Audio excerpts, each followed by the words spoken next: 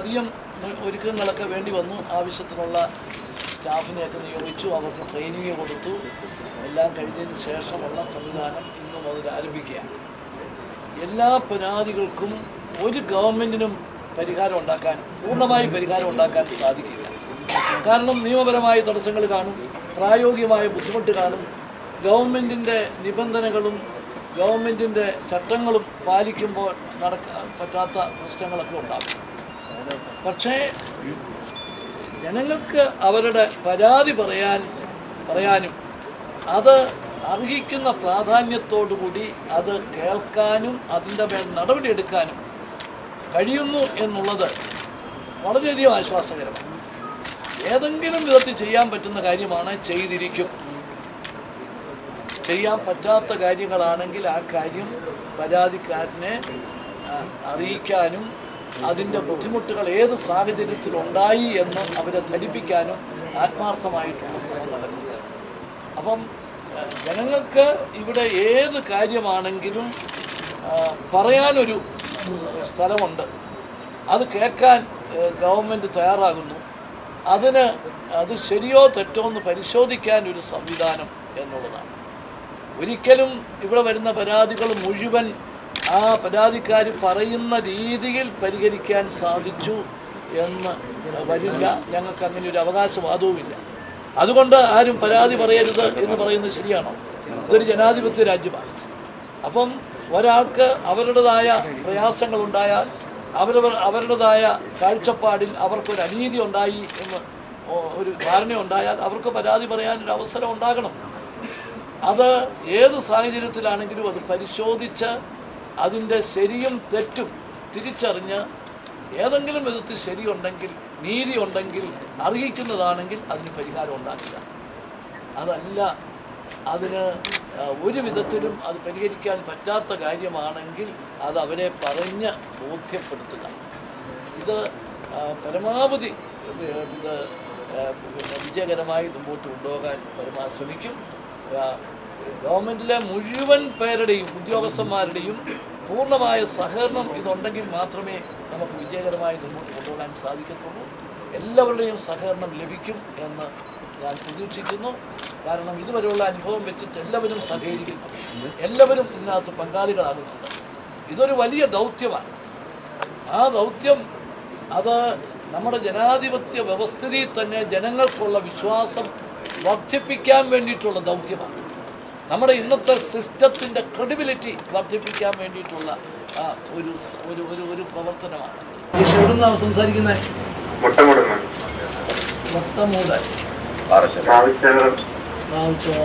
ശരി, ഇവിടെ പാറശാലയ്ക്ക് അടുത്തല്ലേ?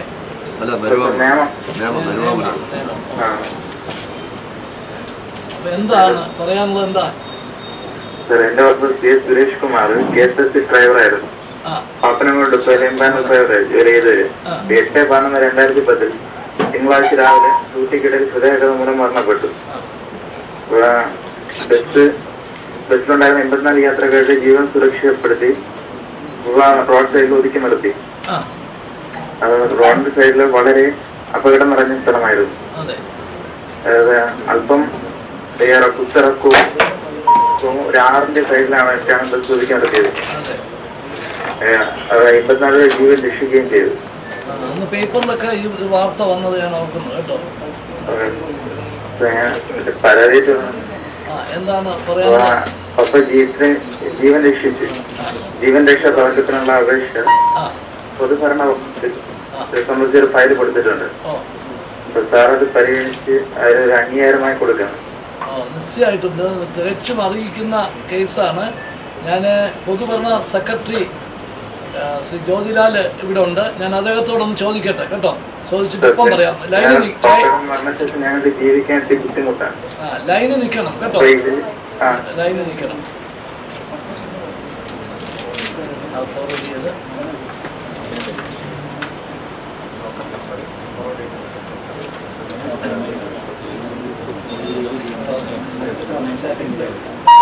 പോക്കറ്റ് നമ്പർ ഇല്ലേ?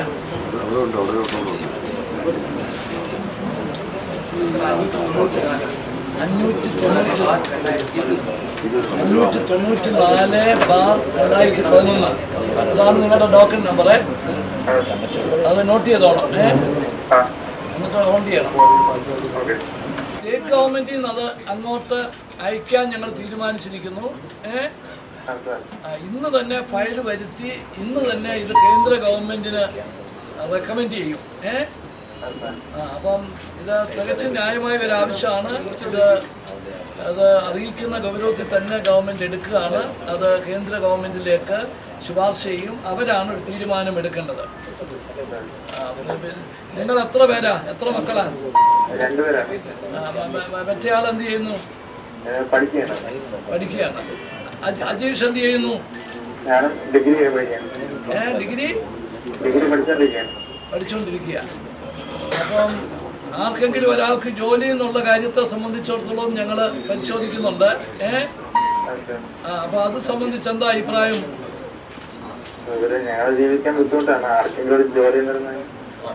അപ്പോൾ അത് സംബന്ധിച്ചൊരു പെറ്റീഷൻ നേരിട്ട് കൊണ്ട് തരിക. എന്ന് തന്നിരുന്നു?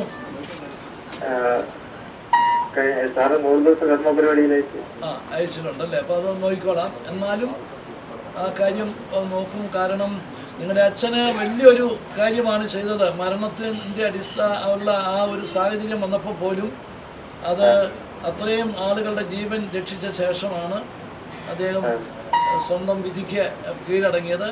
അത് പ്രത്യേകമായിട്ട് പരിഗണിക്കും. അപ്പോൾ അതുകൊണ്ട് നിങ്ങൾ ആവശ്യപ്പെട്ടതനുസരിച്ച് അത് തികച്ചും അറിയിക്കുന്ന ഒരു കേസാണ്. അത് ഞങ്ങൾ റെക്കമെൻഡ് ചെയ്യുകയും ഈ ജോലിയുടെ കാര്യത്തിന് അനുഭാവപൂർവ്വമായിട്ടുള്ള അനുകൂലമായ ഒരു തീരുമാനം എടുക്കുകയും ചെയ്യും.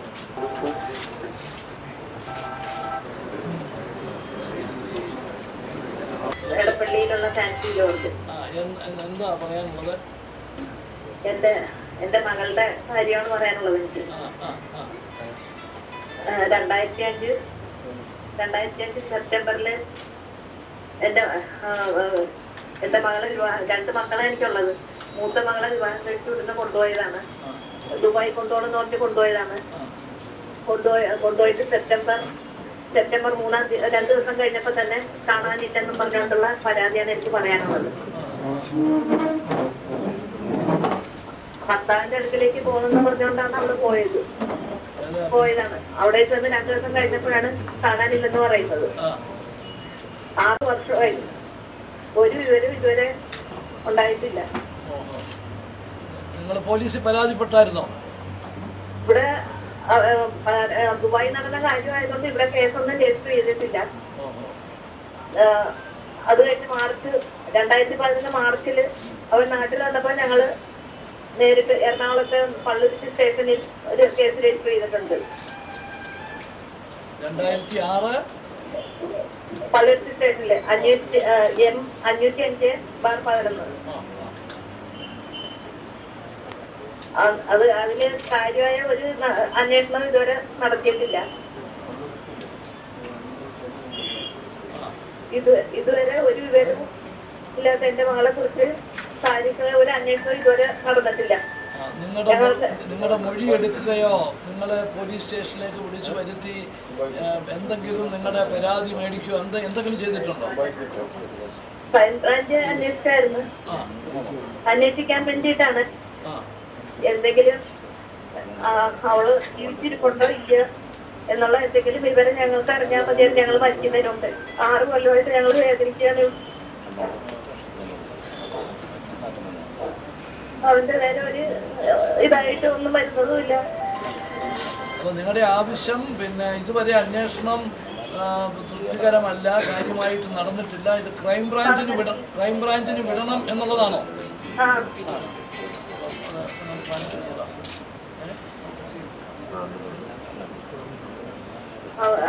ഭർത്താവാണ് കൊണ്ടുപോയത്. അവനെ നേരിട്ട് ചോദ്യം ചെയ്ത് കഴിഞ്ഞാൽ എല്ലാം അറിയാൻ പറ്റും. അപ്പം ഈ ഭർത്താവ് നിങ്ങളുടെ വീടുമായിട്ട് ബന്ധപ്പെടുകയോ എന്ത് സംഭവിച്ചു അല്ലല്ല അന്ന് എന്ത് സംഭവിച്ചു എന്ന് പറയുകയോ എന്തെങ്കിലും ചെയ്തിട്ടുണ്ടോ? ഒന്നും ചെയ്തിട്ടില്ല. ഒന്നും അവൻ പറയുന്നില്ല. അവൻ നിലവിൽ അവന് ഇതിലൊന്നുമില്ല എന്നുള്ള ഇതാണ് അവൻ നിർബന്ധിച്ചാണ് ഇവിടുന്ന് കൊണ്ടുപോയത്. എനിക്ക് ഇവിടെ ചോദിച്ചാണ്.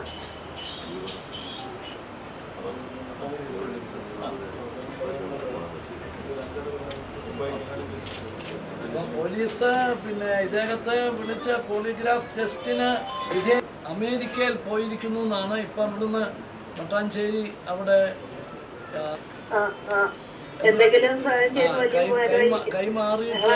കൈമാറിയിട്ട് ഇദ്ദേഹം എവിടെയാണെന്നുള്ളത് അറിഞ്ഞ് അദ്ദേഹത്തെ ഇന്റർപോളിൻ്റെ ഒക്കെ സഹായത്തോടു കൂടി കൊണ്ടുവന്ന് ചോദ്യം ചെയ്ത് എന്താണ് എന്നുള്ളത് തിരക്കാം.